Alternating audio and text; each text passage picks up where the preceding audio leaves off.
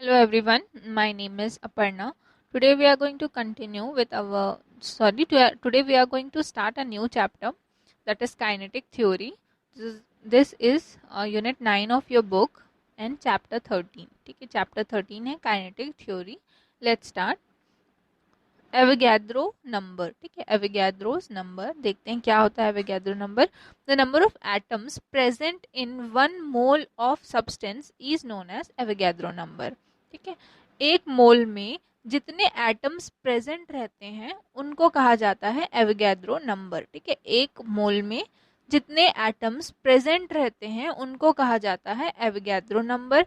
इसका सिंबल है एन और यहाँ पर एन ए. ठीक है, ए जो है वो आपका सफिक्स पे है. ठीक है, उसकी वैल्यू होती है 6.023 भी होती है, लेकिन 6.023 होता है, या फिर आप 6.02 इंटू 10⁻23 भी लिख सकते हैं. ठीक है, यहाँ पर 6.023 कर लीजिए.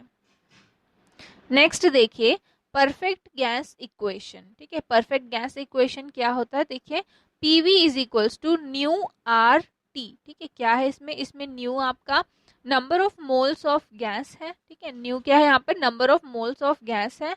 आर यहाँ पर यूनिवर्सल गैस कांस्टेंट है. टी यहाँ पर टेम्परेचर है. पी प्रेशर है. और वी यहाँ पर वॉल्यूम है. नेक्स्ट देखिए आइडियल गैस. ठीक है, आइडियल गैस क्या होता है, the gases obey the perfect gas equation, that is P V is equals to nu R T at all pressures and temperatures are called ideal gas. In practice, no gas completely obeys perfect gas equation. ठीक है, ideal gas क्या होता है, ऐसे gases जो कि perfect gas equation को follow करते हैं हर एक प्रेशर में और हर एक टेम्परेचर पे, उनको कहा जाता है आइडियल गैस. ठीक है, अगर प्रैक्टिकली इस चीज को देखा जाएगा तो कोई भी ऐसा गैस नहीं है जो कि परफेक्टली आइडियल गैस को ओबे करता है, परफेक्टली आइडियल गैस होता है. नेक्स्ट है यूनिवर्सल गैस कांस्टेंट. ठीक है, अब यहाँ पर हम लोगों ने अभी आइडियल गैस इक्वेशन देखा था, उसमें जो आर की जो वैल्यू थी वो यहाँ पर बताई गई है, उसको कहा जाता है यूनिवर्सल गैस कांस्टेंट. ठीक है, ये आपका PV is equals to mu R T है. ठीक है, म्यू आर टी, ये म्यू है, म्यू बोला जाता है इसको. तो ये आर का वैल्यू अगर हम लोग को निकालना है तो हम लोग यहाँ पर जो म्यू और टी है उसको हम लोग इक्वल के इस साइड ले आएंगे. ठीक है, इक्वल से इधर ले आएंगे तो क्या हो जाएगा आपका PV is equals to mu upon T. ठीक है, अब पीवी क्या होता है आपका, प्रेशर यहाँ पर न्यूटन में होता है, वॉल्यूम मीटर में. उसी तरीके से नीचे में भी आपका इसमें दिया हुआ है मोल, मोल इंटू केल्विन. ठीक है, ये म्यू जो है वो मोल पे होता है और टी जो है वो केल्विन में होता है. तो इसको जब सॉल्व करते हैं, ठीक है, ये जब सॉल्व होता है, ठीक है, तो आपका एक वैल्यू यहाँ पर आता है 8.31 जूल पर मोल पर केल्विन. ठीक है, 8.31 जूल जे मोल MOL -1 है यहाँ पर. ठीक है, मोल -1 और kelvin kelvin to the power -1. ठीक है, यहाँ पर मोल का भी -1 है ऊपर में और केल्विन भी -1 है. ठीक है, ये रहा इसका यूनिट जूल पर मोल पर केल्विन. इसका डायमेंशनल फॉर्मूला होता है ml² T to the power -2 K to the power -1. Next देखिए बॉयल्स लॉ. ठीक है, बॉयल्स लॉ क्या होता है, ठीक है, देखिए ये बॉयल्स लॉ जो है वो किसने डिस्कवर किया था, तो रॉबर्ट बॉयल ने डिस्कवर किया था 1662 में.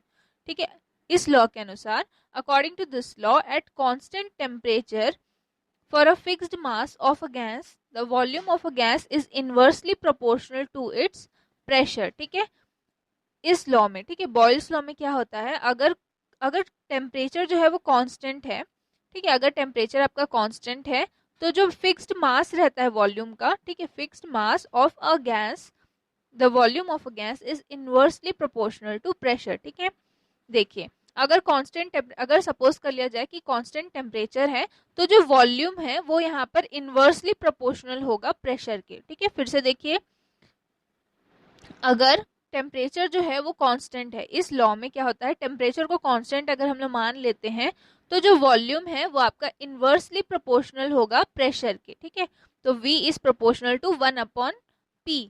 तो V इज इक्वल्स टू, ये प्रोपोर्शनलिटी को हटाएंगे तो इक्वल्स टू क्या हो जाएगा K 1/P.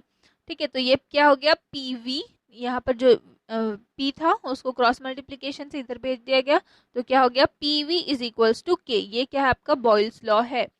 PV is equals to constant, ठीक है, PV is equals to K constant, ठीक है। ये इसका ग्राफ है, ठीक है। ये आपका प्रेशर का लाइन है और ये आपका वॉल्यूम का लाइन है। यहाँ पर आपका ये आपका फर्स्ट पॉइंट है, जब यहाँ पर प्रेशर जो है, प्रेशर और वॉल्यूम इनवर्सली प्रोपोर्शनल, ठीक है। ये आपका क्या हो गया, एक कर्व बनाता है A और B के फॉर्म पे, ठीक है। यहाँ पर ये फर्स्ट इनिशियल पॉइंट है और ये आपका फाइनल पॉइंट है, जहाँ पर जो P है वो क्या हो रहा है, डिक्रीज हो रहा है जैसे जैसे वॉल्यूम यहाँ पर बढ़ रहा है, ठीक है। जैसे जैसे वॉल्यूम यहाँ पर बढ़ रहा है, वॉल्यूम का आपका ये एक्स एक्सिस शो कर रहा है, तो वॉल्यूम जैसे जैसे बढ़ रहा है, प्रेशर जो है वो क्या हो रहा है, डिक्रीज होता जा रहा है। वॉल्यूम यहाँ पर था तो आपका प्रेशर जो था वो हाई था, लेकिन जैसे जैसे वॉल्यूम बढ़ा आगे, जैसे यहाँ पर वॉल्यूम आ गया, ये आपका वॉल्यूम बढ़ गया, तो प्रेशर क्या हो गया, ये डिक्रीज हो गया, ठीक है, डिक्रीज हो गया, कम हो गया। तो graph between P and V है ये। नेक्स्ट देखिए, ये भी सेम वही है, एक्सपेरिमेंटल और थ्योरेटिकल ग्राफ है बिटवीन P एंड V, ठीक है। एक मींस एक क्या है आपका, एक थ्योरी है और एक आपका यहाँ पर प्रैक्टिकल जो किया जाता है उसके बेसिस पे ये ग्राफ बना है। डॉटेड लाइन जो है वो शायद वो आपका प्रैक्टिकल ग्राफ है, और जो कांस्टेंट लाइन है वो यहाँ पर आपका एक्सपेरिमेंटल है, थ्योरेटिकल ग्राफ है, सॉरी।